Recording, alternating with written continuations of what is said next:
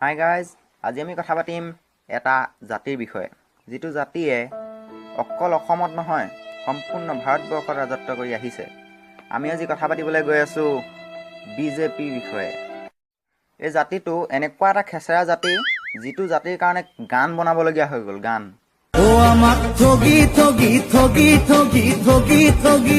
বিজেপিৰ 2 বছৰ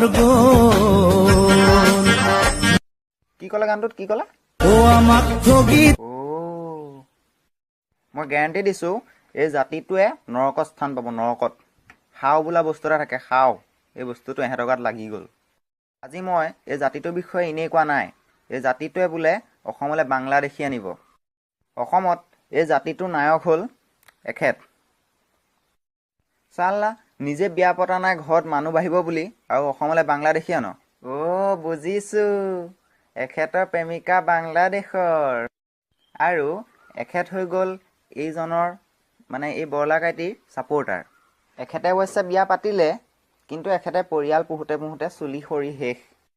এখন চিনেমাত নায়ক নায়িকাৰ উপৰিও থাকে খলনায়ক, আৰু এই জাতিটোৰ খলনায়ক হৈ গ'ল এইজন। এখেতৰ পূৰ্বপুৰুষসকল আছিলে আগতে লাজুকী বান্দৰ। মিলিছেনে দুইটা? ইহঁত দুইটাৰ মাজত পাৰ্থক্য এটাই, সেইটো হৈ গ'ল নেগুৰডালৰ। এই খেচেৰা জাতিটোৱে ইলেকশ্যনৰ আগত কেইখনমান কাগজ দিছিলে, তাত লিখা আছিলে কি গম পায়নে? 24 ঘণ্টা লাইন দিব, এতিয়া লাইন নাই। আৰু বাংলাদেশী খেদিব, বাংলাদেশী মাতি আছে।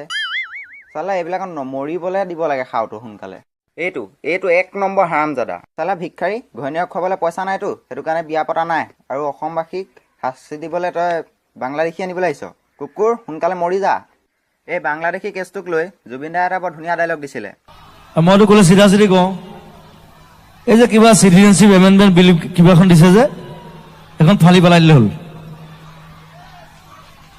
উই ডন্ট নিড ইট।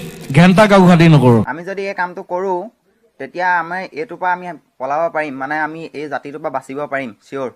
এই মক্কেলটোৱে যেতিয়া অসমত চিফ মিনিষ্টাৰ খেলিছিলে, আৰু সেই ইলেকশ্যনখনৰ আগে আগে এটা গান পূৰা পাব্লিছ হৈ গৈছিলে। গানটো শুনক। সকলোতে আনন্দ সৰ্বানন্দ, অসমৰে আনন্দ সৰ্বানন্দ।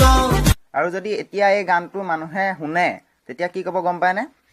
সকলোতে আনন্দ, বাপেৰ নন্দ, সকলোতে আনন্দ, মাৰ নন্দ।